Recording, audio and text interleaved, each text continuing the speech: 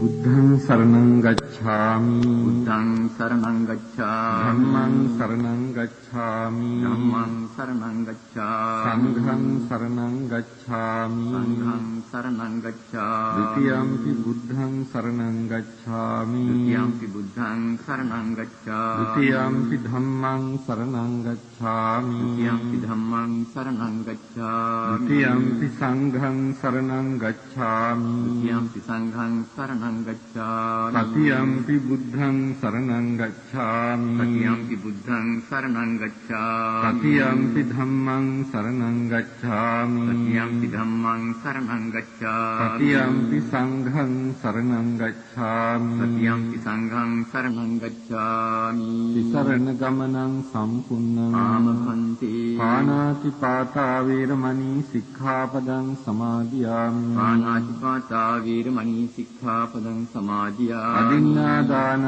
වේරමණී සික්ඛාපදං සමාදියාමි අදින්නාදානා වීරමණී සික්ඛාපදං සමාදියාමි කාමේසු මිච්ඡාචාරා වේරමණී සික්ඛාපදං සමාදියාමි කාමේසු මිච්ඡාචාරා වීරමණී සික්ඛාපදං සමාදියාමි මුසාවාදා වේරමණී සික්ඛාපදං සමාදියාමි මුසාවාදා වීරමණී සික්ඛාපදං සමාදියාමි සුරාමේරය මජ්ජපමා දට්ඨානා වේරමණී සික්ඛාපදං සමාදියාමි සුරාමේරය මජ්ජපමා දට්ඨානා වීරමණී සික්ඛාපදං සමාදියාමි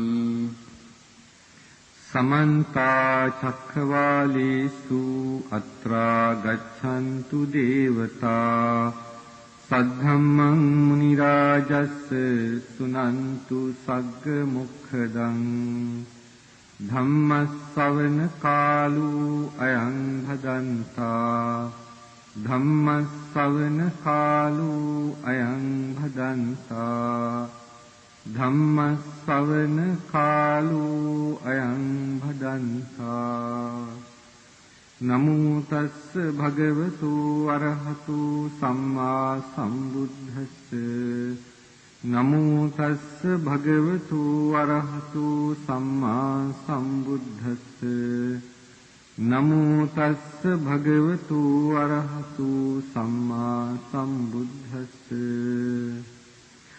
ආකංකේයුං චේ ගහපතයෝ උභෝ ජානපතයෝ දිත්තේ චේව ධම්මේ අඤ්ඤමඤ්ඤං පස්සිතුං අභිසම්පරායං ච අඤ්ඤමඤ්ඤං පස්සිතුං උභෝපිතේ අස්සු සමසද්ධා සමසීලා සමචාගා සමපඤ්ඤාති තී. පින්වත්නි, අද ධර්ම දේශනාවට අප තේමා කරගන්නේ යහපත් ගෘහ ජීවිතයක් යන්නයි. මේ යහපත් ගෘහ ජීවිතයක් ගැන කතා කරනකොට අපි බුදුරජාණන් වහන්සේගේ බෞද්ධ පසුබිම ගැන පොඩ්ඩක් කල්පනාකාරී විය යුතුයි. බුදුරජාණන් වහන්සේගේ ධර්මයට අනුව බුද්ධ ශාසනයෙහි ඉගැන්වීම් වලට අනුව ගෘහ ජීවිතයක් විශේෂයෙන්ම ස්වාමි භාර්යා දෙපළගේ ඒ සම්බන්ධතාවය මේ ආත්ම භාවයෙන් අවසන් වන එකක් නෙමෙයි. සංසාරේ නිවන් දක්නාතෙක් එකට යන්නටයි අපේ යහපත් ස්වාමි භාර්යාවන් ප්‍රාර්ථනා කරන්නේ. අපේ ධර්මයේ දැක්වෙනවා ඊටාම වාසනාවන්ත යුවලක් හැටියට නකුල මාතා නකුල පිතා දෙන්න. බුදුරජාණන් වහන්සේ විවේක තියෙන අවස්ථාවල් වලදී හිතවත් දායකයන්ට අනුග්‍රහ පිණිස ඒ ස්ථානවලට වැඩම කරනවා. එක දවසක් බුදුරජාණන් වහන්සේ මේ අවස්ථාවකදී නකුල මාතා නකුල පිතා දෙන්නගේ ගෙදරට වැඩම කරා. එතකොට මේ ජෝඩුව මේ යුවල බොහෝම ආදරයෙන් බුදුරජාණන් වහන්සේව පිළි අරගෙන වඩා හිඳවලා සුහද සාකච්ඡාවක යෙදුණා. එහිදී නකුල පිතා නකුල කියන කුමරුවාගේ පියත් මවත් දෙන්න කියන එකයි නකුල මාතා නකුල පිතා කියන එකෙන් අදහස් කරන්නේ. මේ නකුල පිතා බුදුරජාණන් වහන්සේට කියනවා නකුල මාතාව ගැන, ස්වාමීනි මේ නකුල මාතාව බොහොම ගුණ සම්පන්න කෙනෙක්. බොහොම හොඳ භාර්යාවක්. මම මේ නකුල මාතාව විවාහ කරගෙන ආවේ ඇයට වයස 16 දී, අවුරුදු 16 දී. දැන් අවුරුදු 80ක් වෙනවා මට. මේ තාක්කල් මම දන්නේ නැහැ මම නකුල මාතාව සිතවිලි මාත්‍රයකින්වත් ඉක්ම ගියා. එහෙනම් මගේ කයින් කොහෙන්ද මගේ වචනයෙන් එහෙම ඉක්ම යෑමක් සිද්ධ වෙනවා කියන එක කොහෙන් සිද්ධ වෙනවද කියලා බුදුරජාණන් වහන්සේට නකුල පිතා කියනවා. ඊගාවට නකුල මාතාවත් ඒ විදිහටම කියනවා ස්වාමීනි මම නකුල පිතාත් එක්කලා සරණ ආවේ මගේ වයස අවුරුදු 16 දී දැන් වයස අවුරුදු 80ක් වෙනවා. මේ තාක්කල් කිසි දවසක මම මේ නකුල මාතාව නකුල පිතාව සිතවිලි මාත්‍රයකින්වත් ඉක්ම ගියේ නැහැ. එහෙනම් මගේ කයින් කොහෙන්ද මගේ වචනයෙන් කොහෙන්ද? මේ විදිහට ඕනෝන් ප්‍රශංසා කරගෙන බුදුරජාණන් වහන්සේට කියනවා ස්වාමීනි අපි කැමති නිවන් දක්නාතෙක්ම මේ එක විදිහට ස්වාමි භාර්යාවන් වශයෙන් නකුල මාතා කියනවා මේ නකුල පිතාවම මගේ ස්වාමියා වෙනවා නම් මම කැමති නිවන් දක්නාතෙක්. නකුල පිතා කියනවා මේ නකුල මාතාව මගේ භාර්යාව වෙනවා නම් මම කැමති නිවන් දක්නාතෙක්ම. පින්වත්නි මේ පසුබිම ටිකක් හිතන්නට. එතකොට බුදුරජාණන් වහන්සේ නකුල මාතා නකුල පිතා දෙන්නට මේ ගාථාව කියලා මේ ගාථාවෙන් ඔවුන්ගේ ඒ අදහස ඒ ප්‍රාර්ථනාව ඉෂ්ට කරන්නට ඉෂ්ට කර ගන්නට හැකියාව ඇති බව අනුමත කරනවා. ආකාංකේයං චේ ගහපතයෝ උභෝ ජානපතයෝ යම් කිසි ගෘහපති යෝලා බලාපොරොත්තු වෙනවා නම් දිත්තේ චේව ධම්මේ අඤ්ඤමඤ්ඤං පස්සිතුම් මේ ආත්ම භාවයේදීත් ඕනෝන් සතුටින් සැනසෙල්ලේ වාසය කරලා අபிසම්පරායංච අඤ්ඤමඤ්ඤං පස්සිතුම් මෙතනින් පස්සෙත් මරණයෙන් පස්සෙත් ඕනෝන් දකින්නට උභෝපිතේ අස්සු ඕන් දෙන්නාම යුක්ත විය යුතුයි. ගුණධර්ම හතරක් කියනවා. සමසද්ධා සමශ්‍රද්ධාවෙන් යුක්ත වන්නට, සමසීලා සමසීලෙන් යුක්ත වන්නට, සමචාගා සමචාගයෙන් යුක්ත වන්නට, සමපඤ්ඤා සම්ප්‍රඥාවෙන් යුක්ත වන්නට. දැන් පින්වත්නි මෙහෙම හිතනකොට කෙනෙකුට කල්පනා වෙන්න පුළුවන් කොහොමද මේ සීලය සම කරන්නේ, ශ්‍රද්ධාව සම කරන්නේ, ප්‍රඥාව සම කරන්නේ කොහොමද කියලා කෙනෙකුට හිතෙන්න පුළුවන්. දැන් අපි හිතමු ඉස්සෙල්ලම අපි ගමු සීලය. දැන් පංචශීල් ගත්තොත් අටශීල් ගත්තොත් හිතන්නට අපහසු දෙයක් තමයි කොහොමද මේක සම කරන්නේ කියලා. නමුත් අපි ගමු සීලය කියන අර්ථය. සීලන ලක්ෂණං ඕනෝන්ගේ සංසිඳුණු ස්වභාවය නැත්නම් තවත් පැහැදිලි කරනවා නම් කය වචන දෙකේ සංවර භාවය තමයි සීලය කියලා කියන්නේ. මෙහිදී සීලය කියන එකෙන් අදහස් කරේ අන්න ඒ අර්ථයයි. ස්වාමියා භාර්යාව කෙරෙහි තමන්ගේ කය වචන දෙක සංවර විය යුතුයි. භාර්යාව ස්වාමියා කෙරෙහි තමාගේ කය වචන දෙක සංවර විය යුතුයි. ඕනෝන්ගේ කය වචන ඕනෝන් කෙරෙහි සංවර වුණේ නැත්නම් එතන අපිට අමුතුවෙන් කියන්න දෙයක් නැහැ. මහා අවුලක් පෞල් ජීවිතයේ ඇතුළත ඇති වෙනවා කියලා. අපි හිතනවා සමහරක් වෙලාවට අපි දන්නවා සමහර භාර්යාවෝ ගැන ස්වාමියවරු කියනවා කට හොඳ නැහැ කියලා. සමහර ස්වාමියවරු කියනවා වගේම සමහර භාර්යාවෝත් කියනවා ස්වාමියවරු බව අයියෝ එයාගේ කට හරි නරකයි කියලා. මේ විදිහට ඕනෝන්ට මුඛ සැටින් විද ගන්නවා. ඒ කියන්නේ බැන ගන්නවා. පුරිසස්සහි ජාතස්ස කුඨාරී ජායතේ මුඛේ කියලා දේශනා කරනවා.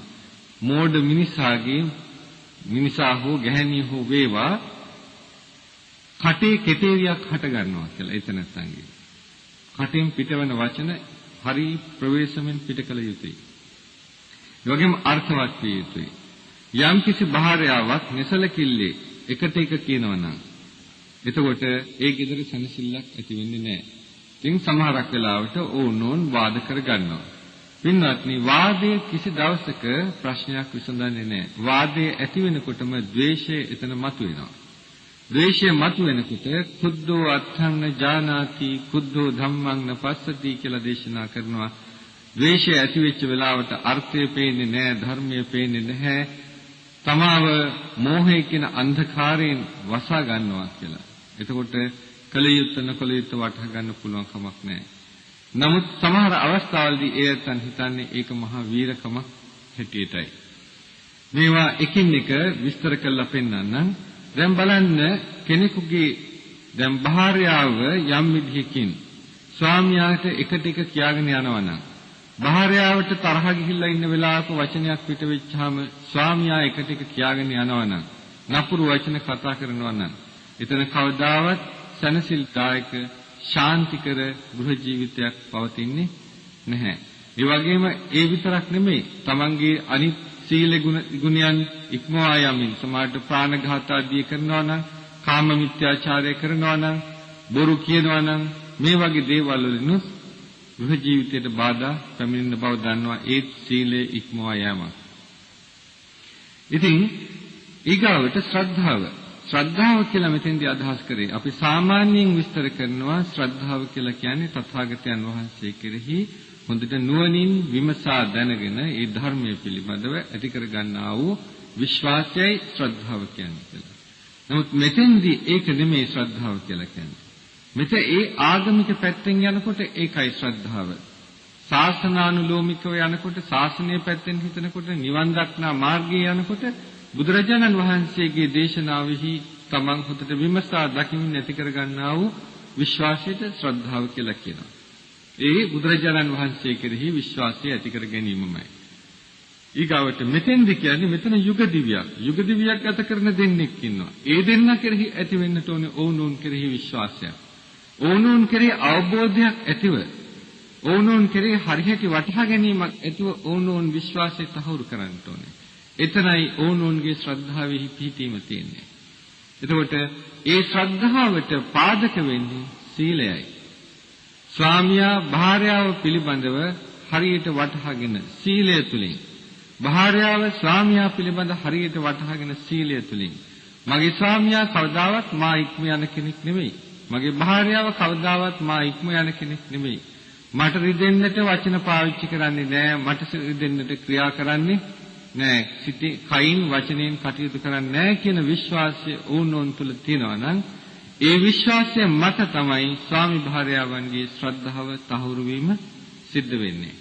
එහෙම විශ්වාසයක් නැත්නම් කවදාවත් යුග දිවියක් හරියට ඉදිරියට ගෙනියන්න පුළුවන් වන්නේ නැහැ. මේක අපි තවදුරටත් පැහැදිලි කරලා ගන්නවා නම් අපි හිතමු දැන් යම් අවස්ථාවක කවුරු හරි මෙන්න මේක සමාජයේ හරියට තියෙන දෙයක් පින්වත්නි. හුඟා පරිස්සම් වෙන්න ඕනේ යහපත් ගෘහ ජීවිත ගත කරන්න ඇත්තෝ. ස්වාමි භාර්යාවන් ඕනෝන් ආදරයෙන් කරුණාවෙන් ජීවත් වෙනවා නම් ඒ අතන බොහොම පරිස්සමින් ජීවත් වෙන්න ඕනේ. මොකද සමාජයේ හුඟා තැන්වල ගෘහ ජීවිත සැනසෙලිදායක නැහැ. සැනසෙලිදායක නැති ගෘහ ජීවිත ගත කරන ඇත්තන් හැම විටම අනිත් ඇත්තන් සැනසෙල්ලෙන් ජීවත් වෙනවා දකින්න අකමැති. ඊර්ෂ්‍යා කරනවා. ඒ නිසා කටකතා පතරවනවා, නොඑක් විදිහේ අභූත චෝදනා නගනවා, මේ වගේ ප්‍රශ්න තියෙනවා. ඉතින් මේ වගේ ප්‍රශ්න ඇති වෙනකොට නුවණින් විමසීම් සහිතව ජීවත් වෙන්නේ නැත්නම් එතෙන්දී ගෘහ ජීවිතයක් කඩාකප්පල්ලලා යන්නට පුළුවන්. අපි දන්නවා එහෙම වෙලා තියෙනවා. දැනුත් එහෙම විනාශ වෙන්නට යමින් තිබෙන පෞල් ජීවිත ගැන අපි දන්නවා. මොකද සමහර දෙනා නිකම් බොරුවට කට තියාගෙන ඉන්න බැරුව කියනවා භාර්යාව ගැන. තොරතුරක් කියනවා මෙන්න අහවලත් එක්ක සම්බන්ධයක් තියෙනවා වගේ කියලා. ඕක හුඟා කලාවට මේ රැකියා කරන තැන්වල ඇති වෙන ප්‍රශ්න උඩ මතුවෙනවා. තරහට ওই වගේ දේවල් ඇති කරනවා.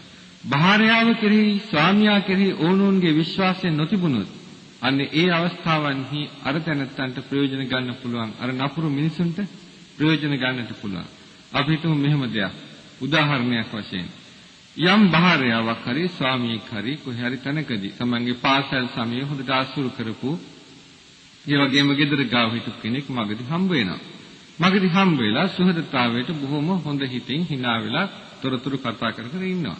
ඕක දකින්න තවත් කවුරු හරි කෙනෙක් ටෙලිෆෝන් එක තියෙනවා. ටෙලිෆෝන් එක අරගන්නවා. සමහරක් වෙලාවට අර අනිත් තැනට ස්වාමියාට හෝ භාර්යාවට හෝ ටෙලිෆෝන් කරලා කියනවා මම මෙන්න දැක්කා අහවල් තැන මෙහෙම කෙනෙක් එක්කලා කතා කරගෙන මේකට හොඳට පෝර දාලා කියනවා. පෝර දාලා කියන්නේ අර මනසේ සැකයේ බීජයක් ඇති කරන්නට.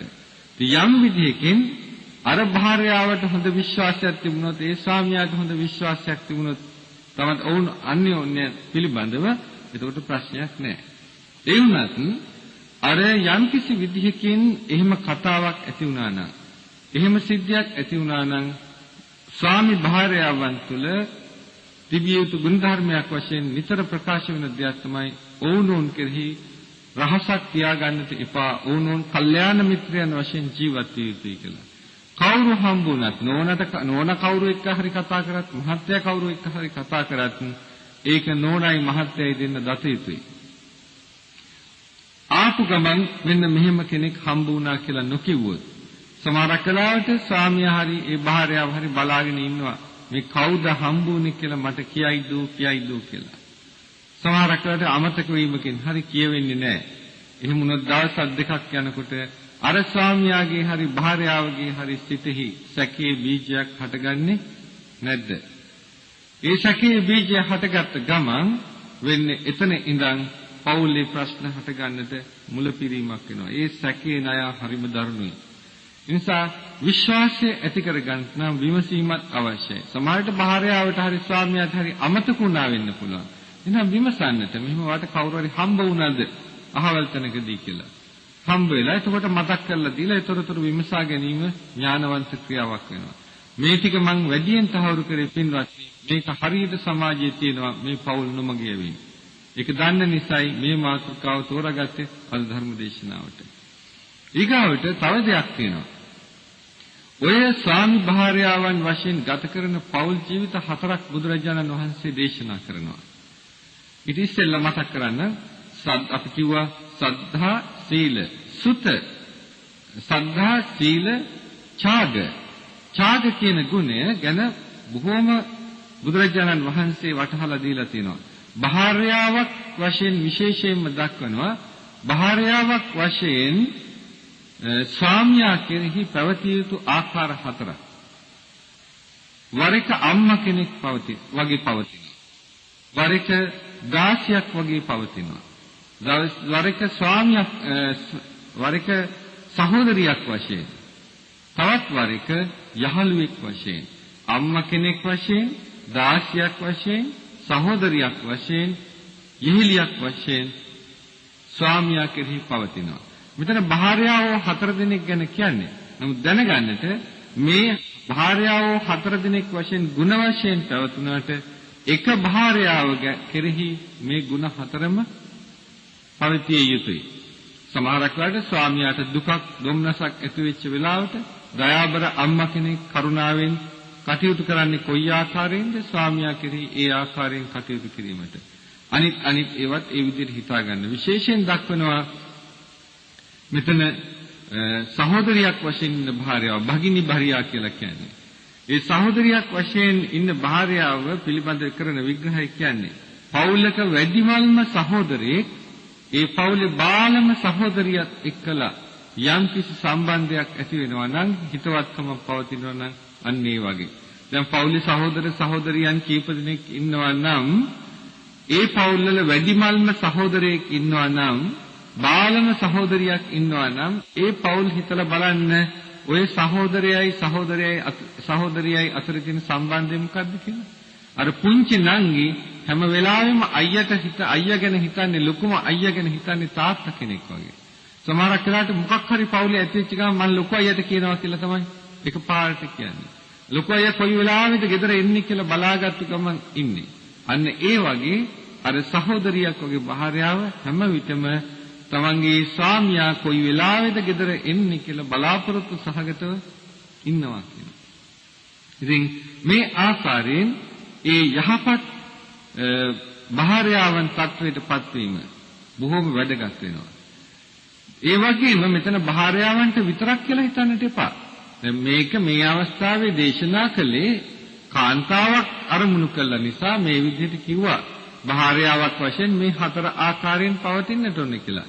නමුත් බුදුදහමේ ප්‍රකට කළම දක්වනවා සමානාත්මතාවය කියලා එකක් තියෙනවා කියලා. ඒ නිසා ස්වාමියාටත් මේක බලපානවා. යම් වෙලාවකදී ස්වාමියා භාර්යාව කෙරෙහි පියෙක් වගේ කටයුතු කළ යුතු වෙලාවක් තියෙනවා. ඒ වගේම දාසයෙක් වගේ කටයුතු කළ යුතු වෙලාවක් තියෙනවා. සහෝදරයෙක් වශයෙන්, ඒ වගේම යහළුවෙක් වශයෙන් භාර්යාව කෙරෙහි පැවතිය යුතු අවස්ථාවන් තියෙනවා. ඒවා දැනගෙන ස්වාමියාත් ඒ විදිහට පවතින්නට ඕනේ. එතකොටයි අර සමානාත්මතාවය සහවුරු වෙන්නේ. එසේ සමානාත්මතාවය තහවුරු කරමින් යන ස්වාමි භාර්යාවන් අතර හැමදාම සැනසෙල්ල සතුට සුවය රඳා පවතිනවා. තවත් ආකාරයකින් පින්වත්නි දක්වනවා මෙසේ ගෘහ ජීවිත ගත කරන පවුල් 4ක් බුදුරජාණන් වහන්සේ එකක් දක්වනවා මතෝ මතාය සද්ධින් සංවසති. දක්වලා තියෙනවා දැන් මේ පින්තුන් කොහේ හරි ඉන්නවා මේ වගේ ඇත්තෝ. මලමිනිත් එක්කලා ජීවත් වෙනවා. ඊගාවට මතෝ දේවියා සද්ධින් සංවසති. මලමිනියක් දේවතාවියක් එක්කලා ජීවත් වෙනවා. අනිත් එක මතෝ දේවෝ මතාය සද්ධින් සංවසති. දේවතාවෙක් මලමිනියක් වැඩි ස්ත්‍රියක් එක්කලා ජීවත් වෙනවා. අනිත් එක දේවෝ දේවියා සද්ධින් සංවසති. දේවතාවෙක් දේවතාවියක් එක්කලා ජීවත් වෙනවා. සමහර දෙනාට අහපම දැකලා තියෙනවද කියලා නෑ කියලා කියනවා. අනේ පින්වත්නි හරි පහසුයි මේ සමාජය දැක ගන්න ඔය ඇත්තන්. විශේෂයෙන්ම මතෝ මතාය සද්ධින් සංවසති. මලමිනිත් එක්කලා ජීවත් වෙනවා දකින්න එක නම් හරිම පහසුයි සමාජයේ. මලමිනියක් කියලා එදා ඒකකින් අදහස් කරේ මැරිච්ච මිනිහෙක් හරි මැරිච්ච ගෑණියෙක් හරි නෙමෙයි. එතන අදහස් කරේ සීලාදී ගුණධර්මයන්ගෙන් තොර ඔහේ පංචකාමයන්ගෙන්ම නැඹුරු වෙලා තණ්හාවෙන් බරිත වෙලා අකුසල දහමේ යෙදීමින් ජීවත් වෙන යම් ස්වාමියෙක් එවැනි භාර්යාවක් එක්කලා ජීවත් වෙනවා නම් ඒ ජීවත් වීම තමයි මලමිනියක් එක්කලා ජීවත් වෙනවා කිව්වේ. එක පැත්තකින් පින්වත්නි ඒ ජීවිතය සාර්ථකයි. සමහරවිට මේ පින්වත්නි ධර්ම කොහොමද ඕක සාර්ථක වෙන්නේ කියලා. ඒ සාර්ථක වෙන්නේ පින්වත්නි දෙන්නම එක જાතියේ. ඒ නිසා ඔහේ යන්න පුළුවන්. ගෝරි දාගෙන හරි ඔහේ යන්න පුළුවන්. ඒක නිසා ප්‍රශ්නයක් වෙන්නේ නැහැ. හැබැයි අවුල් හට ගන්නවා අනිත් පැත්තට තිබුණොත් යම් විදිහකින් භාර්යාව දේවතාවියෙක් වගේ වෙලා ස්වාමි පුරුෂයා මලමිනියක් වගේ වුණොත් එතන ප්‍රශ්න ඇති වෙනවා. ඊගාවට ඒකේ අනිත් පැත්ත වුණොත් එතනත් ප්‍රශ්න ඇති වෙනවා. යම් විදිහකින් දේවතාවෙක් දේවතාවියක් වගේ ජීවත් වෙන පසුබිමක් පවුලක් ඇති වුණොත් ඒ පසුබිම පින්වත්නි මේ ලෝකෙම දැන් දේවතාවෙක් දේවතාවියක් එක්කලා ජීවත් වෙනවා කියලා කියන්නේ දෙව්ලොවක් කියන එකයි.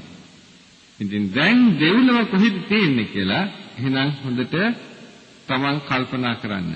සිල්වත්, ගුණවත්, ඥානවන්ත, හොඳ ප්‍රතිපත්තියෙන් යුක්ත අනලස් කාන්තාවක් ඉන්නවනම් ඒ වගේම ස්වාමීක් ඉන්නවනම් යම් තැනක ඔවුන් දෙදෙනා ඉන්න තැන තමයි දෙවියෙක් දේවතාවෙක් එක්කලා ජීවත් වෙනවා කියලා කියන්නේ. දැන් මේ පින්නතුන් හැමතිස්සෙම කතා කරන දෙයක් තමයි මේ ලක්ෂ්මී නැත්තම් අපි කියනවා එයාට මොන කාන්තාව කියලාද කියන්නේ අපි ලක්ෂ්මී ශ්‍රියාකාන්තාව කියලා. ශ්‍රියාකාන්තාව කියලා. ඉතින් ශ්‍රියාකාන්තාව කියන්නේ කවුද පින්වත්නි? ඔන්න බුදුරජාණන් වහන්සේ හොඳටම පැහැදිලි කරලා තියෙනවා. ශ්‍රියාකාන්තාව කියන්නේ දෙවඟනක් නම් ඒ දෙවඟන දැන් කොහෙද ඉන්නේ? කවුද මේ දෙවඟන? මෙන්න මේ gedara ගත කරන මේ භාර්යාව, මේ ගුණධර්මයන්ගෙන් යුක්ත භාර්යාව තමයි දෙවඟන කියලා කියන්නේ. එතකොට එවැනි ස්වාමියෙක් ඉන්නවා නම් ඒ දිව්‍ය පුත්‍රයා ඒ ස්වාමියා. එතකොට එහෙනම් අපි හිතමු ලක්ෂ්මී කියලා කියන්නේ විෂ්ණුගේ භාර්යාව නම් දැන් විෂ්ණු කවුද?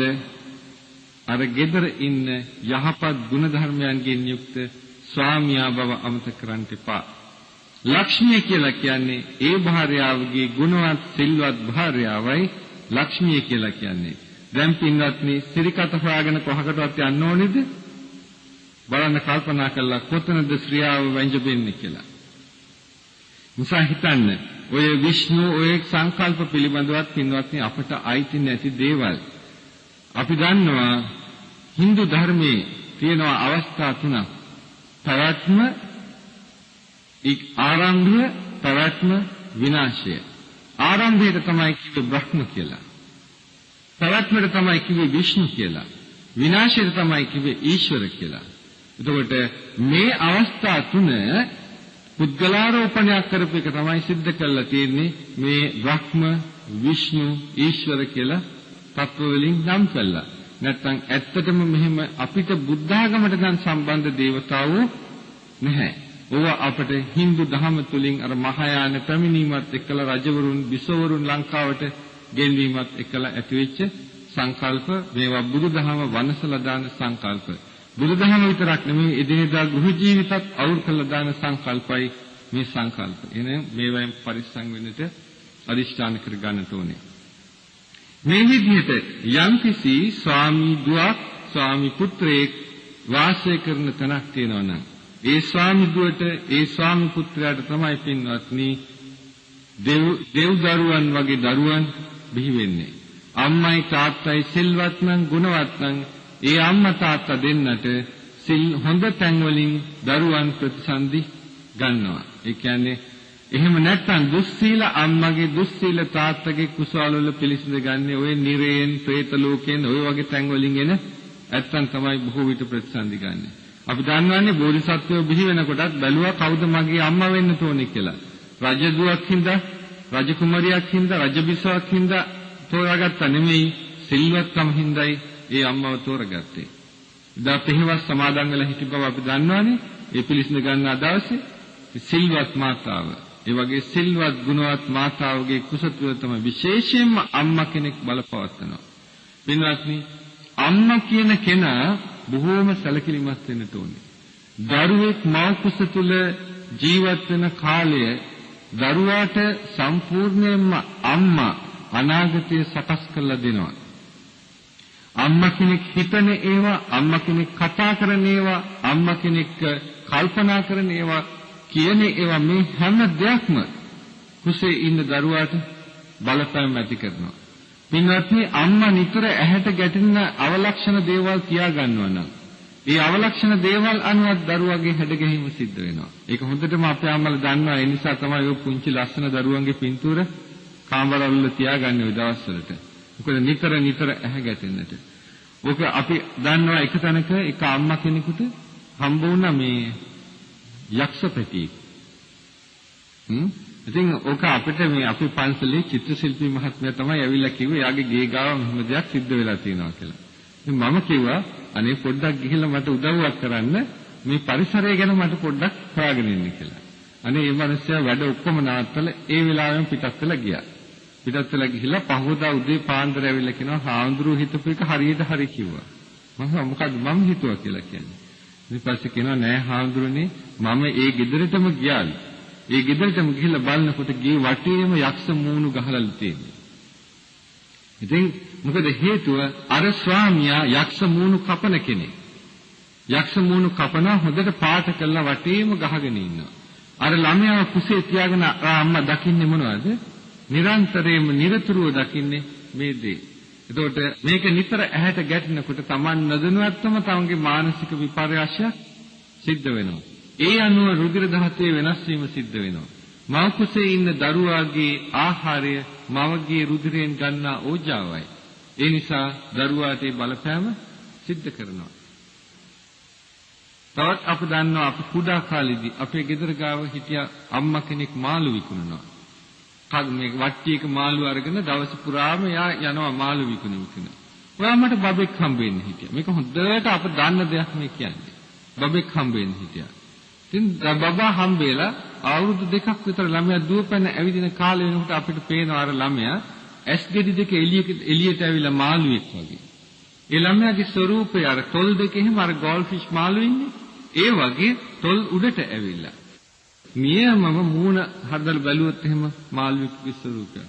පුදු වෙන්න දෙයක් නැහැ. අම්මා හැමතිස්සෙම අතපත ගානේ දකින්නේ, කපන්නේ, කොටන්නේ මොනවද? මාළු. ඉතින් ওই තත්ත්වයේ අනුව මානසික විපර්යාසය සිද්ධ වීමෙන් කුසේ ඉන්න දරුවාට බලපානවා. ඕක 아무තු විශේෂ විද්‍යාවක් ඕනේ නැහැ පින්වත්නි. ඕක විග්‍රහ කරන්නට ඕක සාමාන්‍ය දැනීමක් පමණයි. ඒ නිසා දැනගන්න අම්මා කෙනෙක් බොහොම සිහියෙන් නුවණින් කටයුතු කරන්න ඕනේ කියලා. ඒ නිසායි අප බුදුදහමේ දක්වන්නේ අර බුදුරජාණන් වහන්සේ දක්වන මවගේ ගබ්බරහැර දක්වනවා කියලා. ගබ්බ පරිහාරං අදාසී කියලා කියනවා. මවගේ පේවීම දරුවෙක් කුස තුල ඉන්න කාලේදී මවකගේ පේවීමයි එකෙන් අදහස් කරන්නේ. ඉතින් හිතලා බැලුවොත් දරුවෙක් හදනවා කියන එක ලේසි වැඩක් නෙමෙයි පින්වත්නි. අපේ අම්මලා තාත්තලා ඒක බොහොම ලිහිල් කරලා හිතාගෙන ඉන්නවා. ඒ නිසා දැනගන්න බුදුරජාණන් වහන්සේ දේශනා කරනවා මේ ලෝකයට දරුවෙක් බිහි කළ පමණින් අම්මෙක් වෙන්නේ නැහැ තාත්තෙක් වෙන්නේ නැහැ. දරුවාට දානීය, ප්‍රිය වචනය, සමානාත්මතාවය, අර්ථචර්යාව කියන මේ සතර සංග්‍රහ වස්තුවෙන් සංග්‍රහ කරන තැනැත්තයි අම්මා කෙනෙක් වෙන්නේ තාත්තා කෙනෙක් වෙන්නේ කියලා. ඒ නිසා හැමතිස්සෙම හිතන්න අර්ථයෙන් ධර්මයෙන් සංග්‍රහ කරන්න ඕනේ. ප්‍රිය අර්ථයෙන් සංග්‍රහ කරනවා කියලා කියන්නේ ඒ දරුවාව යහපත් පාරවල් යහපත් දෙහි යොදවන්නට ඕනේ. අයහපත් දෙයින් ඒ දරුවාව අයින් කරන්න ඕනේ. පාපයෙන් වළක්වන්නට ඕනේ. කුසලෙහි යොදවන්නට ඕනේ. ඒක මුල් තැනක් දෙන්න ඕනේ පින්වත්නි. අද බලන්න අද අම්මලා තාත්තලා හුඟක් දෙනා ඒ බුදුරජාණන් වහන්සේ දේශනා කළ අම්මගේ තාත්තගේ යුතුයකම් වශයෙන් ඒ අම්මයි තාත්තයි දෙන්න දරුවාට පළමුවෙන්ම කළ යුත්තේ පාපා නිවාරෙන්ති කල්යාණේ නිවේසෙන්ති දරුවව පාපයෙන් වළක්වලා යහපත් දෙහි යොදවන්නට ඕනේ. සිප්පන් සික්ඛාපෙන්ති කියලා කිව්වේ තුන්වෙනි කාරණේ. බලන්න අද හිතලා අද සමාජයේ මුල් කියපු දෙකට හත්වෙනි අටවෙනි තැනවත් නැති තරම්. තුන්වෙනි කාරණේට කියපු එක තමයි පළවෙනි තැනට ඇවිල්ලා තියෙන්නේ. මේකෙන් පින්නත් අදහස් කරන්නේ අර ඔක්කොම කළා ඉවරලා උගන්වන්න කියන එක නෙමෙයි. මුල් තැන දෙන්න දරුවාගේ හැදියාවට. අද හැදියාව පැත්තකට දාලා නේ වැඩ කරන්නේ. සමහරට බලන්න පොය දවසකට උනත් හිතලා. පොය දවසකට දරුවන්ව යහමඟ යැවීම පිණිස පන්සලකට සම්බන්ධ කළා සිල්වත් පිරිසක් කරවීම පිළිබඳව අපේ ටියුෂන් පන්තිවල අයිතිකාරයන් නැත්නම් ඒ ගුරුවරුන් කොයිතරම් විරුද්ධද කියලා. පින්වත්නි අපි දරුවෙකුට අධ්‍යාපනයක් දෙන්නේ උගත්කම විතරක් බලාගෙන නෙමෙයි ඒ දරුවාගෙන් රටට දැයට ශාන්තියක් වෙන එක බලාගෙනයි. කවදාවත් උගත්කම විතරක් මුල් කරලා යන අධ්‍යාපන ක්‍රමයක ඒ බිහිවන දරුවන්ගෙන් ඒ පරපුරෙන් කිසි දවසක රටට දැයට ශාන්තියක් වෙන්නේ නැහැ. බුදුරජාණන් වහන්සේ ඒකයි දේශනා කරේ සීලේනානුපේතස්ස සුතේනත්ථෝ නවිච්ඡති. සීලෙන් යුක්ත නැත්නම් කවදාවත් උගත්කමෙන් අර්ථයක් පැනවෙන්නේ නැහැ කියලා. ඒ කියන්නේ හැදිච්ච කමෙන් තොර උගත්කම වැඩක් නැහැ කියපු එකයි.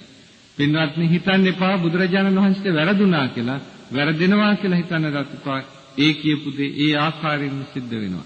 බුදුරජාණන් වහන්සේ එදා බෝධිධර්ම මූලයේ බුද්ධත්වයට පත් වෙලා පරිනිර්වාණයට පත් වෙන අවස්ථාවේදී ආනන්ද හාමුදුරන්ට කියනවා ආනන්ද තථාගතයන් වහන්සේ එදා බෝධිධර්ම මූලයේ බුද්ධත්වයට පත් වෙන පටන් මේ දක්වා මේ අවුරුදු 45ක් තිස්සේ දේශනා කළා වූ නැත්නම් බුදු මුවින් පිට වූවා වූ යම් වචනයක් තියෙනවා නම් තං තථේව හෝති ඒක ඒ ආකාරයෙන්ම සිද්ධ වෙනවා නෝ අඤ්ඤතා වෙන ආකාරයකින් සිද්ධ වෙන්නේ නැහැ කියලා. සීලයෙන් යුක්ත නැත්නම් උගත්කම වැඩක් නැහැ කියලා කිව්වනම් වැඩක් නැහැම තමයි ඒකෙන් රටට යහපතක් වෙන්නේ නැහැ. කරුණාවක්, මෛත්‍රියක්, දයාවක්, අනුකම්පාවක් ලෝකයට නැති උගතාගෙන් මොන ශාන්තියක් සිද්ධ වෙයිද පින්වත්නි? ඒ නිසා කල්පනා කරලා බලන්න මේ යන ගමන හරිද කියලා. මේ ගමන් මඟ නවත්තන්නට ඕනේ හැම පැත්තෙම. නවත්තන්නට අපි හැමදෙනාම එකතු වෙලා කටයුතු කරන්න ඕනේ. නිකන් අන්ධයන් වගේ ඇස් දෙක පියාගෙන සිටියට හරියන්නේ නැහැ. අතපය අකුලවගෙන හිටියට හරියන්නේ නැහැ. යම්කිසි ක්‍රියාත්මක භාවයක් අවශ්‍යයි පින්වත්නි. ඉතින් අපි දන්නවා දරුවොත් දැනගන්නට ඕනේ. දරුවන්ගේ පැත්තෙන් බැලුවත් හිතන්නට ඕනේ පොඩ්ඩක් අපේ සමාජයේ ගාක් දෙනා කියන එකක් තමයි මේ දරුවෝ සලකන්නේ නැහැ දෙමව්පියන්ට, දරුවෝ සලකන්නේ නැහැ දෙමව්පියන්ට කියලා. පින්වත්නි දරුවෝ දෙමව්පියන්ට සලකන්නට නම් ඔක්කොටම ඉස්සෙල්ලා දෙමව්පියෝ දරුවන්ට සලකලා හිටින්නට ඕනේ. දෙමව්පියෝ දරුවන්ට සලකනවා කියලා කියන්නේ දෙමව්පියන්ගේ යුතුයකම් සමුදාය හරියට ඉෂ්ට වෙන්නට ඕනේ. නිසා අම්මෙක් තාත්තෙක් දෙන්න ආදර්ශමත්ව කටයුතු කිරීම හරි වැදගත් වෙනවා. ඒකයි බුදුරජාණන් වහන්සේ දේශනා කළේ විශේෂයෙන්ම අම්මා ගැන දේශනා කරන බුදුරජාණන් වහන්සේ මාතා මිත්තන් සකේ ඝරේ කියලා. අම්මා තමයි ගෙදර ඉන්න හොඳම යාළුවා කියලා. අම්මා ගෙදර ඉන්න හොඳම යාළුවා නම් අද ඒ යාළුවා දරුවාට ඉන්නවාද කියලා පොඩ්ඩක් සලකන්නට. පින්වත්නි ඒ නිසා මේ ගමනේදී අම්මා කෙනෙක් සතු වගකීම පැහැර හැරෙනවා නම් අම්මා කෙනෙක් සමාජයට ගිහිල්ලා මොනතරම් යුතුයකම් ඉෂ්ට කරන්න ගත්තත් මොනතරම් සල්ලි හම්බ කරත් ඒවා ඔක්කොම නිෂ්ඵලයි බව වටහා ගන්නට තමන්ගේ යුතුයකම් ටික ඉෂ්ට වෙන්නේ නැත්තම් පින්වත්නි පහුගිය දවසක මේ දැන් සුමානයක් විතර වෙනවා අපිට මාතරදී අම්මා කෙනෙක් හම්බුණා. ඒ අම්මා අපිට ඇවිල්ලා කතා කරලා කිව්වා හාමුදුරනේ මේ මං ආවේ හාමුදුරන්ට අවුරුදු 15කට උඩදී සිද්ධ වෙච්ච සිද්ධියක් ගැන කියන්නටයි. හාමුදුරුවෝම මට අවවාදයක් දුන්නා මීට අවුරුදු 15කට ඉස්සෙල්ලා මගේ පුංචි දුවලා දෙන්න ගැන හාමුදුරන්ට කියපු වෙලාවේ. ඉතින් මතක් කරලා දුන්නා හාමුදුරුවෝ එදා මට කිව්වා ඒ කියන්නේ මේ අපම කියපු අවවාදයක් ගැන කියන්නේ. කිව්වා හාමුදුරනේ මං දුවලා ගැන කියපුවාම මට හාමුදුරුවෝ කිව්වා කිසි ප්‍රශ්නයක් නැහැ අම්මා දරුවන්ට යාළුවෙක් වෙන්න. හොඳම යාළුවෙක් වෙන්න දරුවන්ගේ රහසක් පවා අම්මට කියන්න පුළුවන් තත්ත්වය උදා කරගන්න කියලා. එමෙ කියලා මම ඒ අම්මට කියලා තියෙනවා අම්මගේ තියෙන රහස් දරුවාට කියන්න පුළුවන් රහස් දරුවාට කියන්න කියලා දරුවාගේ විශ්වාසය දිනා ගන්න. දරුවාට ආසන්න වෙන්න. එතකොට දරුවා කවදාවත් අම්මගෙන් රහසක් හංගවන්නේ නැහැ කියලා. ඒ අම්මා අද කියන්නේ මොකද්ද? හාමුදුරනේ මගේ දරුවෝ දෙන්න දැන් අවුරුදු 19යි 20යි මට කිසිම ප්‍රශ්නයක් උනේ නැහැ. හාමුදුරුවෝ කියපු විදිහට මම මගේ දරුවෝ හැඩගස්ස ගත්තා කියලා. ඒ වගේම පින්වත්නි අම්මයි තාත්තයි දෙන්න දරුවන්ට කල්යාණ මිත්‍රයන් වුණොත් කවදාවත් දරුවෝ නොමග යනවා කියන එකක් ගැන හිතන්නට උවමනාවක් නැහැ. හැබැයි කල්යාණ මිත්‍රයන් කියන එකෙන් අදහස් කරේ මේ දරුවන්ව මේ නලෝන ඔළුව අත ගන්න ඔය අපි කියන්නේ බටර් ගන්න තත්ත්වේ අම්මලා තාත්තලා නෙමෙයි. මෙතන අදහස් කරන්නේ අම්මා තාත්තා දෙන්නගේ සීලාදී ගුණධර්මයන්ගෙන් යුක්තව අම්මා තාත්තා දෙන්නගේ ගෞරවයත් ආරක්ෂා කරගෙන දරුවන්ට මිතුරන් වගේ වෙන්නට ඕනේ. දරුවන් තේරුම් ගන්නට ඕනේ මේ අම්මයි තාත්තයි දෙන්න අපිව යහමගේ යවන්නටයි උත්සාහ ගන්නෙ. අපිට දඬුවම් කළත් අපිට ගැහුවත් බැන්නත් ඒ කරන හැම දෙයක්ම අපිට යහපත පිණිස කරන දේවල් කියලා තේරුම් යන විදිහටයි අම්මා තාත්තා ඒවත් කළ යුතු වන්නේ. එහෙම කරනවා නම් ඒ දරුවා තේරුම් ගන්නවා මගේ අම්මයි තාත්තයි කොහොමද මාව හදන්නේ කියලා. පින්වත්නි අපි බුදුදහමේ දක්වනවා බ්‍රහ්මාති මාතා පිතරු පුබ්බාචර්යාති උච්චරේ ආහුනේයාච පුත්තානං පජාය අනුකම්පකා තස්මාහිනේ නමස්සෙය්‍ය සක්කරියාත පඬිතු තස්මාහිනේ නමස්සෙය්‍ය නමස්කාර කරන්න අම්මට තාත්තට මෙන්න මේ කාරණා හින්දා මොකද්ද කිව්වේ බ්‍රහ්මාති මාතා පිතරු අම්මා තාත්තා දෙන්න බ්‍රහ්මයෝ කියලා කිව්වේ ඇයි පින්වත්නි බොහෝ විට මේ විග්‍රහය තියෙනවා අම්මයි තාත්තයි දෙන්න දරුවන්ට හරියට මේ බ්‍රහ්මයා වගේ මෙත්තා කරුණා මුදිතා උපේක්ඛා කියන සතර බ්‍රහ්ම විහරණයන්ගෙන් සංග්‍රහ කරනවා කියලා. එච්චර විතරක් නෙමෙයි පින්වත්නි මෙතන ඊට වැඩිය ගැඹුරු අර්ථයක් තියෙනවා. අපි දන්නවා එදා සමාජයේ තිබිච්ච දෙයක් තමයි මිනිසාව ලෝකයට මැව්වේ මහා බ්‍රහ්මයා කියන එක. ඒ මිනිසා ලෝකයට මවලා තින්නේ මහා බ්‍රහ්මයා විසින් කියන කාරණයට බුදුරජාණන් වහන්සේ දීපු පිළිතුරයි. මහා බ්‍රහ්මයා නෙමෙයි ඔයගොල්ලන්ව මැව්වේ මේ ලෝකයට. පැහැදිලිවම පේනවා මේ ලෝකයට කවුද මැව්වේ කියලා. එක වෙලාවක බුදුරජාණන් වහන්සේ අහනවා බ්‍රාහ්මණ භික්ෂුන් දෙනමකින්. ඔය දිග කතාවක් කෙටියෙන් මම මේ කියන්නේ. ඔබලා දකිනවා නේද? මොකද ඒගොල්ලන්ගේ දර්ශනය ඔස්සේ පෙන්වන්නේ. ඔබලා දකිනවා නේද? මේ තරුණ බමුණන් තරුණ බැමිණියන් එක්කලා විවාහ වෙනවා. එහෙමයි ස්වාමීනි කියනවා. එතකොට ටික දවසක් ගියාට පස්සේ මේ බැමිණියන් ගැබ්බරව ඉන්නවා දකිනවා නේද? එහෙමයි ස්වාමීනි. තව ටික දවසක් ගිහිල්ලා මේ බැමිණියන් දරුවන් බිහි කරලා ඉන්න හැටි දකිනවා නේද? එහෙමයි ස්වාමීනි. එහෙනම් ඔච්චරම පැහැදිලිව තිබියදී ඔබලාව මේ ලෝකෙට බිහි කරන්නේ අම්මා කියලා. නැත්නම් අම්මයි තාත්තයි දෙන්න කියලා. තවත් මොකද්ද කියන්නේ මේ බ්‍රහ්මයාගේ කටින් බිහි කරනවා කියලා. ඔක බ්‍රහ්මයාට කරන නින්දාවක් නෙමෙයිද කියලා බුදුරජාණන් වහන්සේ අහනවා. ඉතින් ඒ වෙනුවට තමයි බුදුහාමුදුරුවෝ දේශනා කළේ එහෙ ඉන්න බ්‍රහ්මයෙක් නෙමෙයි ඔය ඇත්තන්ව බිහි කරේ මේ ලෝකෙට බිහි කළේ ඔයගොල්ලන්ගේ අම්මයි තාත්තයි දෙන්න කියලා. ඒ නිසා කියනවා ඒ අම්මයි තාත්තයි දෙන්න මේ ලෝකේ දකින්න සලස්වපුකේ ණය ගෙවන්නට බෑ කියලා. පින්වත්නි මේ ලෝකේ දකින්න ක්‍රම දෙකක් තියෙනවා. මේ මසසින් දකින්නවා නුවණසින් දකින්නවා. කොහොම වුණත් මිනිසත් බවක් ලබාගෙන මේ දෙආකාරයෙන්ම ලෝකයේ දකින්නට අවස්ථාව සලසලා දීපු එක ගැන බුදුහාඳුර කියන්නේ. අම්මා තාත්තා දෙන්න දෑලේ තියාගෙන ඒ ඇත්තන් අවුරුදු 100 ගණනක් ජීවත් වෙනවා නම් ඒ ජීවත් වෙන්න කාලයේ මුළුල්ලේම අම්මා තාත්තගේ මල මූත්‍ර අතගාගෙන අම්මා තාත්තා දෙන්නට අප උපස්ථාන කළත් අම්මයි තාත්තයි දෙන්න අපිට මේ ලෝකයේ දකින්න සලස්සපිකේ ණය ගෙවන්නට බෑ කියලා කියනවා. එතකොට මේ ලෝකයේ දකින්න ක්‍රමය ගැන හිතන්නට. පින්වත්නි මෙන්න මේකේ ගැඹුරු අර්ථයක් තියෙනවා. අපි ගිය ආත්ම භාවයේහි යම්කිසි කර්මයක් අරමුණු කරමින් ඒ චුති චිත්තය එතනින් චුත වුණා නම් ප්‍රතිසන්දි චිත්තයට ඒ කර්මය අරමුණු වෙලා තියෙන්නේ. එතකොට ඒ ප්‍රතිසන්දි ගන්නට මවකගේ කුසකට එළඹෙනවා. මව සුදුසු අවස්ථාවේ හිටියොත් අම්මා තාත්තා දෙන්නගේ සම්බන්ධය තිබුණොත් අර විඥාණය එල්බ ගැනීම සිද්ධ වුණොත් එතකොටයි දරුවෙක් ප්‍රතිසන්දිය ඇති වෙන්නේ. නැත්නම් ප්‍රතිසන්දියක් හටගන්නේ නැහැ. අපි තුමු විඥාණය එල්බ ගන්නට එන අවස්ථාවේදී අම්මයි තාත්තයි සම්බන්ධ වෙලා නැත්නම් ඒ ප්‍රතිසන්දියක් නැහැ.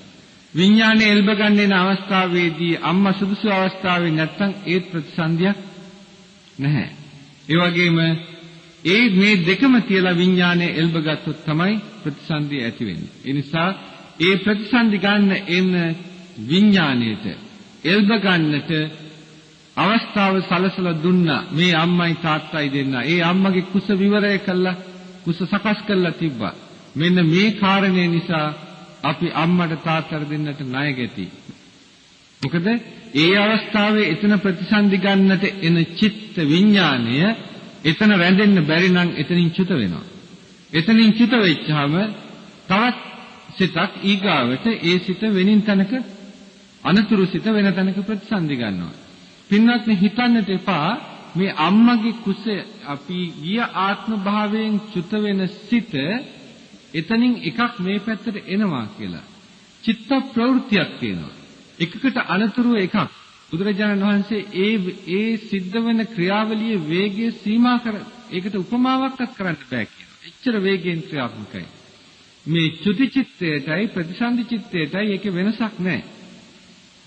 චුති චිත්තය ඇති වුණා නම් ඊගාවට ප්‍රතිසන්දි චිත්තයත් අර ක්‍රියාවලියේ ස්වභාවයෙන්ම සිද්ධ වෙනවා.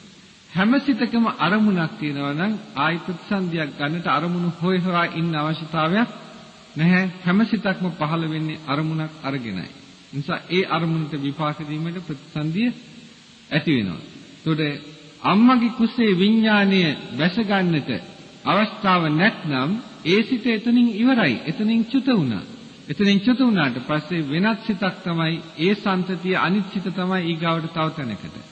ඒක අපි දන්නේ නැහැ කොහට යයිද කියලා. බොහෝ විට නිරේට වෙන්නටත් පුළුවන්.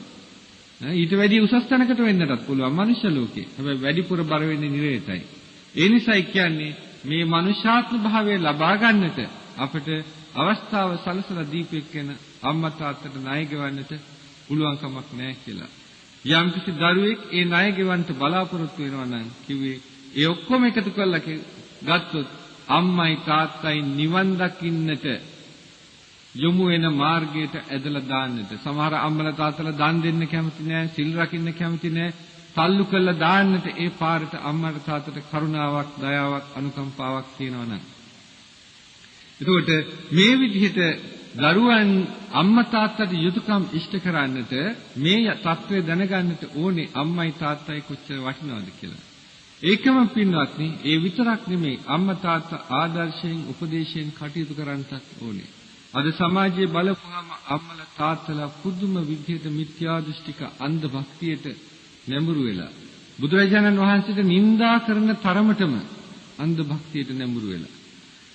පින්වත්නි හොඳට පැහැදිලි සමහරක් වෙලාවට අපි මේ ටිකේ මේ පින්නතුන්ට හරියට උත්සාහ ගත්තා සම්මා දිට්ඨිය කියන தത്വයට මේ පින්නතුන්පත් කරන්නට. කොච්චර සෑහෙන දුරට සාර්ථක බව අපිට ලැබෙන ලිපි වලින් ඒ වගේම දුරකථන ඇමතුම් වලින් පේනවා. ඒ වගේම සමහර දෙනා ද්වේෂයෙන් කටයුතු කරනවා. දැන් සමහරක් වෙලාවට හුඟක් වෙලාවට පුදුමයක මහත මම හැම වෙලාවෙම පෙන්නකොට පෙන්නනවා નિરර්ථක ලෙස කරන බෝධි පූජාව, නිරර්ථක ලෙස කරන දෙවියන් යදීම්, නිරර්ථක ලෙස කරන සායි බබා යදීම ආදී මම පෙන්නනවා.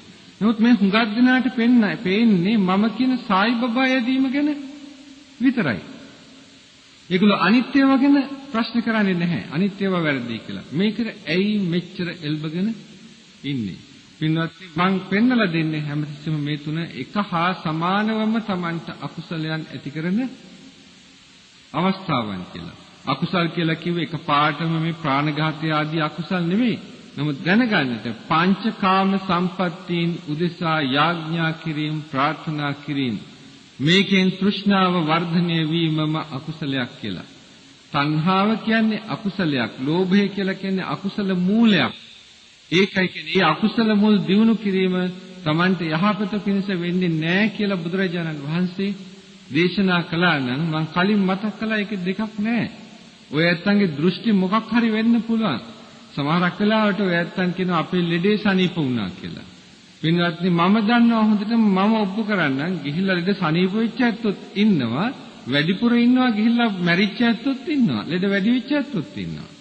සමහරක් වෙලාවට කියනවා ඒ ඇත්තන්ට යම්කිසි අභිවෘද්ධියක් සිද්ධ වුණා කියලා ඕවට ගිහිල්ලා අභිවෘද්ධිය වෙච්ච ඇත්තොත් ඉන්නවා, ඕවට නොගිහින් අභිවෘද්ධිය වෙච්ච ඇත්තොත් ඉන්නවා. මේකෙන් හොඳට පැහැදිලි දෙය තමයි මේ යෑම් නොයෑම් ගැන නෙමෙයි ප්‍රශ්නේ තියෙන්නේ, තම තමාගේ කර්ම ශක්තියයි ප්‍රධාන වෙන්නේ කියලා. බුදුරජාණන් වහන්සේ එනිසයි කියන්නේ මහණෙනි සුව කැමති නම් කර්ම කරන්නට ඒ සුවය ලබා දෙන කර්ම ශක්තියින් තියෙනවා, ඒ කර්ම ශක්තියින් දියුණු කරන්නට කියලා. පින්වත්නි මම පුළුවන් සමහර දෙනා හොඳටම පේනවා මා කෙරෙහි පුදුම ද්වේෂයකින්. හැබැයි මම මේ ද්වේෂයෙන් කතා කරන ද්වේෂයෙන් ලිපියවන කට්ටිය ගැන හොයලා බැලුවා. මම දැක්ක එක දෙයක් තමයි මේ හුඟක් වෙලාවට ඒව මේ කතා කරන්නේ මේවා ව්‍යාපාර කරගෙන ඉන්නේ නැත්තෝ. මේවා ව්‍යාපාරයන් කරගෙන ඒවෙන් තමාගේ දියුණුව තමන්ගේ කීර්ති ප්‍රශංසා ලැබෙන නැත්තන්ට මේකට පහර වදිනවට හරි විරුද්ධයි. අහිංසක මිනිස්සුන්ව මුලා කරගෙන මේ ව්‍යාපාරය ඉදිරියට ගෙන යන්නට ඔවුන්ට අවස්ථාව ලැබෙන්නේ නැහැ කියන කාරණයක් ඔවුන්ගේ මනසේ තියෙනවා. ඒ නිසා මේකට කිපීම ඇති කරගත්තට පින්වත්නි ඔය ඇත්තන් බෞද්ධයෝ නම් බුදුහාමුදුරුවන්ගේ මග නම් ඔය ඇත්තන් අරමුණු කරන්නේ මගෙත් එක්ක කිපෙන්නට එපා. ඔය ලියුම් එවන ඕන කෙනෙක් කමක් නැහැ ලියුම් එවුවට ඒක අර්ථවත් වෙන්න ඕනේ. ඒ ලියුමේ යම් කිසි දෙයක් තියෙන්නට ඕනේ. කෙලින්ම කියන්නේ මම දැන් බුදුහාමුදුරන්ගේ බුද්ධ වචනය, බුදුහාමුදුරන්ගේ දර්ශනය ඉදිරිපත් කර කර තමයි මේ පින්තුන්ට පෙන්වන්නේ මේක හොඳ නෑ මේක කරන්න එපා කියලා. නිකම්ම මේ එයාගෙත් ගන්න දෙයක් තියෙනවා මෙයාගෙත් ගන්න දෙයක් තියෙනවා කියලා එහෙම කියන්නේ නැතුව කියන්න හාමුදුරුවෝ ඔය කියන එක වැරදි බුදුදහමට එකඟ නෑ කියලා ඔප්පු කරන්න. ඔප්පු කරලා ලියුම් ගෙවන්න. එතකොට මං වැරදි නම් මං පිළිගන්න ලෑස්ති. මං වැරදි දෙයක් කියනවනම්. එහෙම නැතුව ඔය ඇත්තන් නිකන් කිපිලා ඔය විදිහට කිව්වට ඔය ඇත්තන්ට ශාන්තියක් වෙන්නේ නැහැ. අපට වැඩක් වෙන්නේ නැහැ. රටට දැයට වැඩක් වෙන්නේ නැහැ. මේකෙන් අදහස් කරන්නේ මොකද්ද? අර කිව්වේ රත්තෝ අත්තං ජානාති රත්තෝ ධම්මං නපස්සති කියලා. රාගයෙන් රත් වෙච්ච වෙලාවට අර්ථය පේන්නේ නැහැ, ධර්මය පේන්නේ නැහැ. ඔහේ කටයුතු කරන එකයි වෙන්නේ. කිසිම වැඩක් වෙන්නේ නැහැ. පින්වත්නි, ඒ නිසා මේ පින්තුන්ගෙන් අපි මේ නැවතත් ඉල්ලා සිටින්නේ අපේ රට කොහොම හරි අපේ බෞද්ධ ජනතාව අපි හරි දෘෂ්ටියකට දාන්නට ඕනේ. ඇත්තෙන්ම මේක අපිට විතරක් තනියෙන් කරන්න පුළුවන් දෙයක් නෙමෙයි. සමහර ලියුම් වල තියෙනවා හාමුදුරනේ තව හාමුදුරුව 4-5 නමක්වත් එකතු වෙලා මේ බුදුහාමුදුරන්ගේ දර්ශනය දෙනවා නම් මේ රට හදන්නට ඒ තරම් අමාරු එකක් නෙමෙයි කියලා. ඇත්තයි පින්වත්නි, අප දන්නේ නැහැ ඇයි මේ ඔක්කොම අන්ධයන්සේ, බීරන්සේ, ගොළුන්සේ මේ විදිහට ඉන්න ප්‍රතිපදාව මොකද්ද කියලා. මෙච්චර ශාසනය වෙනසීගෙන යනවා. මෙච්චර රටදැය පිරිහිගෙන යනවා. ඒත් අපිට දැන් එකම අවශ්‍යතාවය වෙලා තියෙන්නේ ඔන්න භික්ෂුණී ශාසනයක් පිළිටව ගන්නට ඕනේ. මොකද්ද පින්වත්නි මේකේ තේරුම? ශාසනයේ තියෙන අවතරන් නිවන් දකින්නට නම්. ඒ නිසා මව්පක්ෂය හොඳට කල්පනා කරලා බලන්නට ඕනේ මේ කොහෙද අපි යන්නේ කියලා. මව්පක්ෂයට නිවන් දකින්නට කිසි බාධාවක් නැහැ. බලන්නට නිකන් මම උදාහරණයක් පෙන්නන්නම්.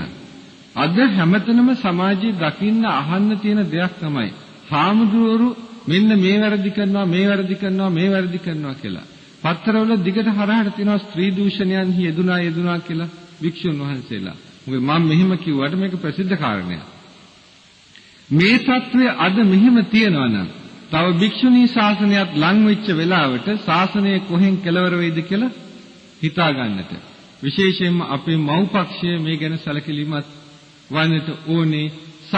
පින්වත්නි, නිවන් දකින්න පුළුවන් භික්ෂු ශාසනයවත් රැකිලා තිබුණොත් ඒකත් නැති වෙලා ගිය වෙලාවට මොකක්වත් හම්බ වෙන්නේ නැහැ. නිවන් තියා නිරේ තමයි ඊගාවට යන්න වෙන්නේ.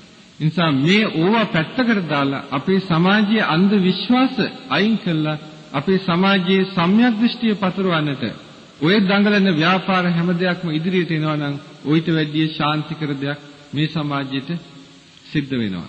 ඒ නිසා ඒක අදිෂ්ඨාන කරගන්නට අපේ අම්මලා තාත්තලා දෙකොට්ටාසෙමත් ගිහි පැවිදි දෙකොට්ටාසෙමත් මේක හොඳින් සිහි කටයුතු දෙයක්.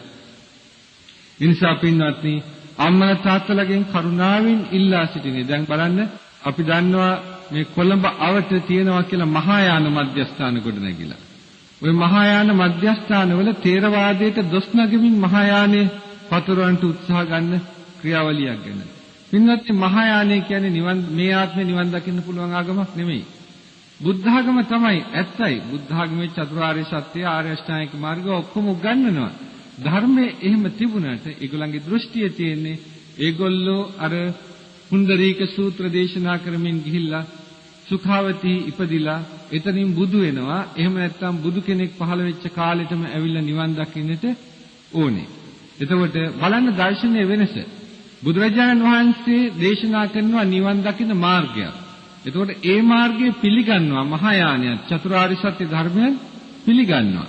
ආර්ය අෂ්ටාංගික මාර්ගයෙන් නිවන් දකින්න පුළුවන් කියන එක පිළිගෙනත් ඊට පස්සේ කියනවා ඒ අත්තන් නිවන් දකින්න හදන්නේ බුදු කෙනෙක් දැකලා මේ කියලා. එහෙනම් ඒ මහායාන සංකල්පය තුළින් මෙලව සැනසෙල්ලක් නෙමෙයි හිතන්නේ, මෙතනින් පස්සේ ලැබෙන සැනසෙල්ලක්.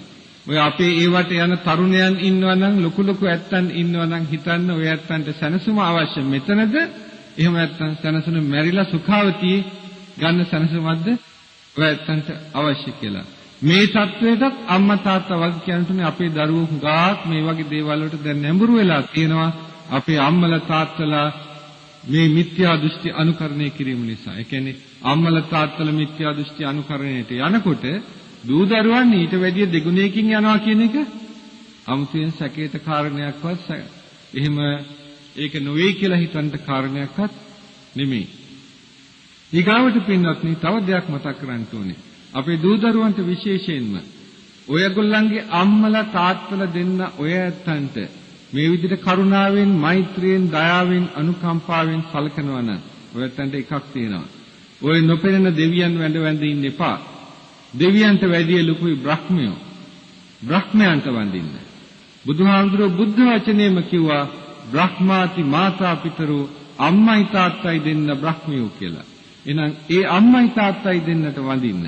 වඳිනකොට දැනගන්න ඔයගොල්ලෝ හොඳටම පේනවා, ඔයගොල්ලන්ගේ ඇස් දෙකට පේනවා අම්මයි තාත්තයි දෙන්න කොහොමද ඔයගොල්ලන්ව මේ ලෝකෙට බිහි කළා දුක් මහන්සියලා හදන වඩන හැටි පේනවා. කන්න අඳින දෙන හැටි පේනවා. උගන්වන්න කරන ව්‍යායාමයේ පේනවා. ලෙඩ දුකට සලකන හැටි පේනවා. නිදි මරණ හැටි පේනවා. මෙව ඔක්කොම ඇස් දෙකට පෙනි බලන්න. එච්චර අපිට සලකන අම්මයි තාත්තයි දෙන්නට වඳින්න ලැජ්ජයි. පුංචි කාලේ විතරයි වඳින්නේ, ලොකු වෙනකොට වඳින්නේ නැහැ. පින්වත්නි, ලොකු වෙනකොට තමයි පෙරලි වඳින්න ඕනේ. එතකොට තමයි තේරුම් ගන්නේ කවුද අම්මයි තාත්තයි කියලා. ඉතින් ඒ අම්මයි තාත්තයි දෙන්නට නෙමෙයි වඳින්නේ, නොපෙනෙන දෙයියෙකුට වඳිනවා අපිට මෙහෙම ශාන්තිය සැලසුවා, මෙහෙම ශාන්තිය සැලසුවා කියලා. බලන්න පැහැදිලිව පේනවනේ ශාන්තිය සැලසුවේ කවුද කියලා. ඒ හින්දා හැමදාම උදේට ගිහිල්ලා අම්මගේ තාත්තගේ කකුල් දෙක ළඟට වැඳ වැටලා කියන අම්මේ තාත්තේ කියන්න ඕනේ නැහැ, හිතන්න. අම්මේ තාත්තේ මම දන්නවා අද දවසේ අම්මයි තාත්තයි දෙන්න මා වෙනුවෙන් මාව හදන්න වඩන්න මට උගන්වන්න මාව යහපත් මිනිසෙක් කරන්නට දරන උත්සාහය මට හොඳට තේරෙනවා. අම්මේ තාත්තේ ඔබ දෙදෙනා ඒ දරන උත්සාහයට පින් සිදු වේවා කියන සිතුවිල්ලෙන් අම්මට තාත්තට নমස්කාර කරන්නට. උදේට හවසට නිින්දට යන්න ඉස්සෙල්ලා අම්මා තාත්තා දෙන්නට নমස්කාර කරන්න. අම්මේ තාත්තේ ඔය ඇත්තන් අප වෙනුවෙන් කරපු මේ ව්‍යායාමයට මේ විඳ දුකට ඔය ඇත්තන්ට පින් සිදු වේවා කියලා නමස්කාර කරන්න. ඒකෙන් පින්වත්නි ලොකු ශාන්තියක් සිදු වෙනවා. අම්මට තාත්තටයි කියනවා ඒ වෙලාවට දරුවාගේ ඔළුවට අත තියන්න. අත තියලා ආශිර්වාද කරන්න. මොකද අර වෙලාවට අම්මයි තාත්තයි දෙන්නගේ දෙපා පාය දෙක ගාව වැඳ වැටෙනකොට දරුවා අම්මගේ තාත්තගේ මුළු රුධිර ධාරාවම වෙනස් වෙලා යනවා. ඒ රුධිර ධාරාව ප්‍රබල රුධිර ධාරාවක් දරු සෙනෙහස කියලා කියන්නේ. දරු සෙනෙහස කියන මේ ගුණයෙන් දයාව, කරුණාව, මෛත්‍රී, අනුකම්පාව කැටි වෙලා ඉන්නේ. ඒ ගුණයෙන් පිරිසුදු වෙච්ච ඒ අම්මගේ තාත්තගේ රුධිර ධාරාව නිසා ඇඟේ තියෙන රශ්මි ධාරාව බලවත් වෙනවා. ඇස් දෙකෙන් පිටවන කිරණ ශක්තිය බලවත් වෙනවා. වචන තරංග බලවත් වෙනවා. අර ඔක්කොම දෙපතුල ඉන්න දරුවට ආරක්ෂාවක්. ওই රශ්මි ධාරාව පිට කරන්න බොහොම ලේසි මේ ඇඟිලි තුඩු වලින්. ඒ ඇඟිලි තුඩු ටික හොඳට දරුවාගේ ඔළුවට තියලා හදපත්ලෙන් ආශිර්වාද කරන්න දුවේ පුතේ ඔබට සැනසෙල්ල වේවා, ඔබට යහපතක් වේවා කියලා. ඒ කාන්තේම මේක ස්පර්ශය. මොකද අම්මයි තාත්තයි දරුවෝයි අතර පුදුම සම්බන්ධයක් තියෙනවා. ඕනෝන්ගේ ස්පර්ශය පුදුම ශාන්තිකර ස්පර්ශයක්. අර කරුණාවෙන් යුක්ත හදවතකින් යුක්තව අර තරංග මාලාවත් එක්කලා රශ්මි ධාරාවත් එක්කලා කෙලින්ම දරුවගේ ඔළුවටම අර රශ්මි ධාරාව සම්බන්ධ කිරීමෙන් දරුවට පුදුම ශාන්තියක් එකකින් ඇති වෙනවා. පින්වත්නි, මේ ටික ජීවිතයට ක්‍රියාත්මක කරලා බලන්නට මේ ලෝකෙම Tamanට වාසනාවන්තව සැනසille හොඳ දරුවන් ටිකක් බිහි කළා, සමාජයට යහපත සිද්ධ කරන දරුවන් ටිකක් බිහි කළා, යහපත් දරුවෝ හැදුවා, අපිත් යහපත් බවට පත් වුණා, ගුණකාමී ධර්මකාමී දෙමව්පියන් වුණා කියලා අවසානයේදී සැනසille ඇස් දෙක පියාගන්නට පුළුවන් වෙනවා. මේ ධර්ම කාරණා ටික සිහියට නංවන පුළුවන් තරම් අගුණ දුර්වලකම් දුරු කරගෙන ගුණ ධර්ම වඩා සිටවා ගන්නට දැහැමි පැවතුම් ඇති කරගන්න මිච්ඡා දිට්ඨියෙන් වෙන් වෙලා සම්මා දිට්ඨිය තහවුරු කරන්ට කියලා නැවතත් ඉල්ලා සිටිමින් ඔබ සැමට තෙරුවන්ගේ ආශිර්වාද ප්‍රාර්ථනා කරමින් මේ ධර්ම දේශනාව අවසන් කරනවා. ආකාශත්ථ ජුම්මට්ටා දේවානාගා මහිද්దికා පුඤ්ඤන්තං අනුමෝදිත්වා චිරන් රක්ඛන්තු ත්වං සදා